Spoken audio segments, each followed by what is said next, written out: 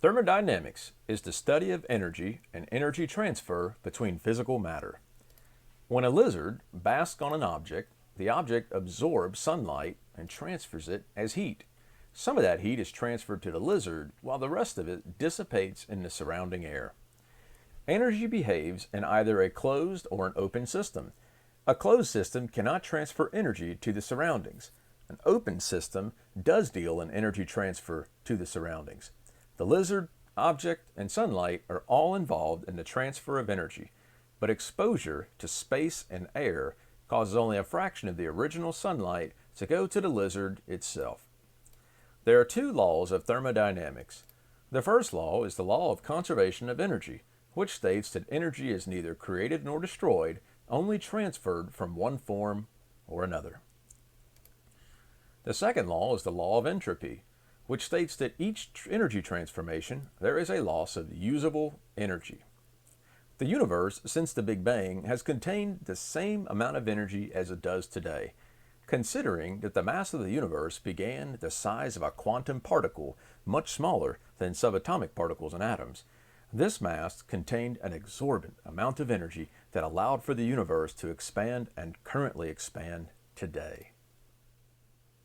The universe, since the Big Bang, has contained the same amount of energy as it does today. Considering that the mass of the universe began the size of a quantum particle, much smaller than subatomic particles and atoms, this mass contained an exorbitant amount of energy that allowed for the universe to expand and currently expand today. So the levels of energy in the universe does not change, but the transformation of it does. A flashlight transfers electrical energy into light energy. Sunlight, a form of light and heat energy, is transferred in plant chloroplasts to form the chemical energy found in glucose.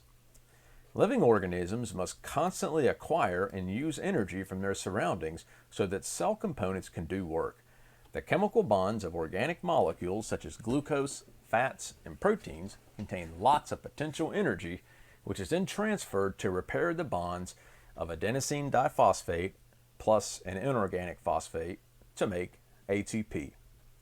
ATP is a readily available source of fuel to help our cells carry out many processes such as muscle contractions, synthesizing molecules, and transporting materials into and out of the cell.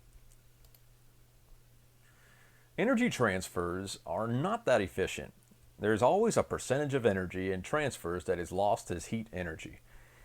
Heat energy is lost usable energy that is not good for work. When exercising, your body temperature warms up as the energy needed to move muscle fibers creates friction amongst itself, making heat. This heat is then dissipated to the surrounding environment. Of course, one adaptation of birds and mammals is the ability to trap some of that body heat to maintain body temperature. Since energy is lost with each transfer, this increases entropy.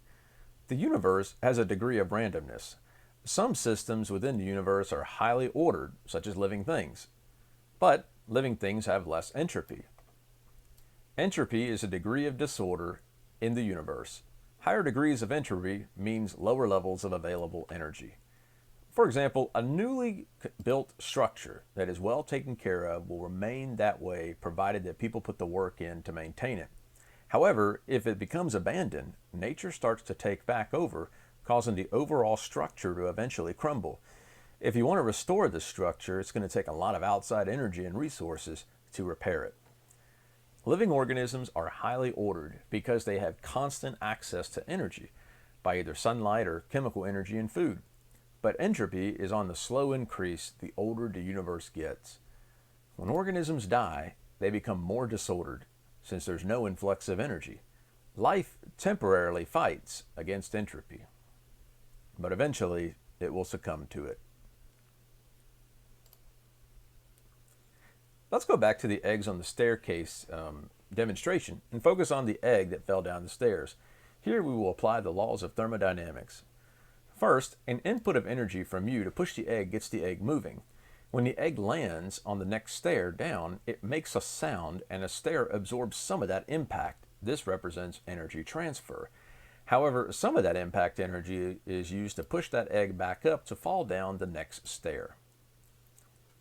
If you have enough stairs, the egg will eventually stop, exhausting all potential energy that it has.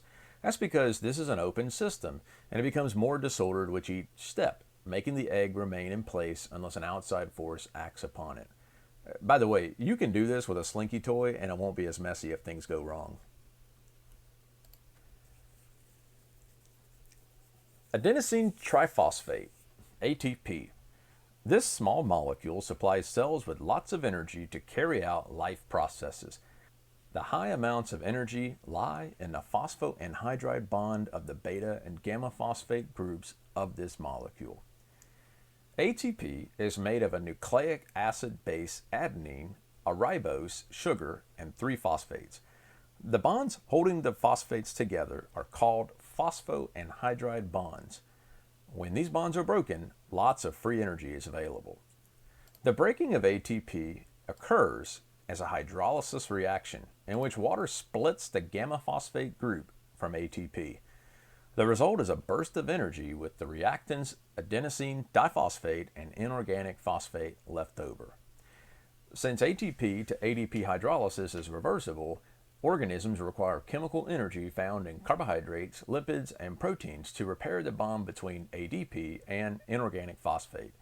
The result is ATP and water made from a dehydration reaction. Since both catabolic and anabolic reactions already use energy to perform, due to activation energy to start chemical reaction, catalysts are needed. Organisms use enzymes to help lower activation energy to help save energy to carry out necessary life functions. And that's going to be the topic of our next video, enzymes.